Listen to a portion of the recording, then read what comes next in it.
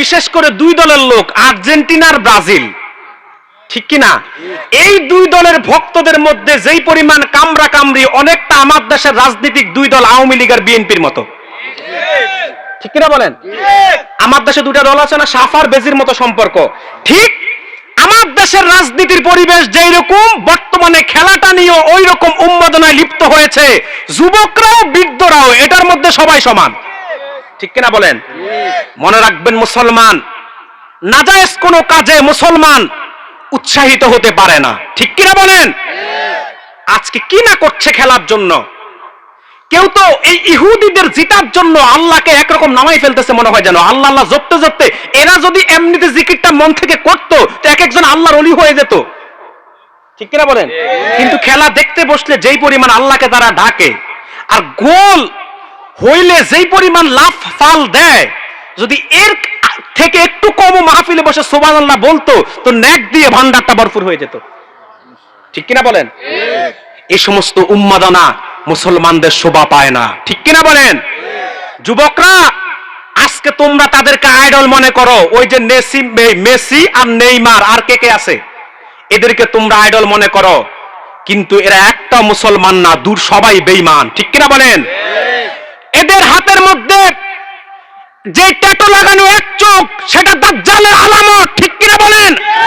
দাজ্জালের উত্তরসূরিদের আলামত যাদের মধ্যে পাওয়া যায়, তারা কোনোদিন মুসলমান যুবকদের আইডল হতে পারে না, আদর্শ হতে পারে না, ঠিক কিনা বলেন?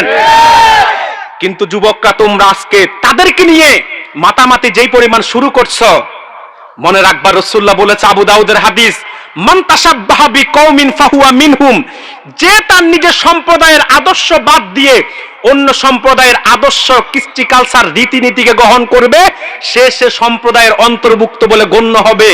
নিজেরাই একটু চিন্তা করেন, আর্জেন্টিনা, ব্রাজিল সহ এই খেলা নিয়ে যেই পরিমাণ বিদেশি ইহুদিদের জন্য আপনারা যেই পরিমাণ আকৃষ্ট হয়েছেন আর যেই পরিমাণ উন্মাদনা করছেন, এতে কি পরিমাণ গুনাহগার হচ্ছেন সেটা আল্লাহ ছাড়া আর কেউ জানে না, ঠিক কিনা বলেন? আল্লাহ আমাদেরকে হেফাজত করুক, বলি আল্লাহুম্মা আমিন। সব প্রকার খেলা হারাম, রাসূলুল্লাহর হাদিস আছে, কুল্লু লাইবুন হারাম, অনেক লম্বা হাদিস, আমি শুধু শেষ অংশটা বললাম। সর্বপ্রকার খেলা কি হারাম, এটাকে জায়েজ করার কোনো সুযোগ নাই। হারাম অল্প হলেও হারাম, বেশি হলেও কি হারাম। আমি রিকোয়েস্ট করবো আজকে লক্ষণাবন্ধের যুবকদেরকে, যুবকরা এই সমস্ত হারাম কাজে তোমরা প্রতিযোগিতা করো না। সারা রাস্তায়, কুমিল্লা থেকে লক্ষণাবন্ধ পর্যন্ত এসেছি, সারা রাস্তায় শুধু আর্জেন্টিনার ব্রাজিলের পতাকা, ঠিক কিনা বলেন?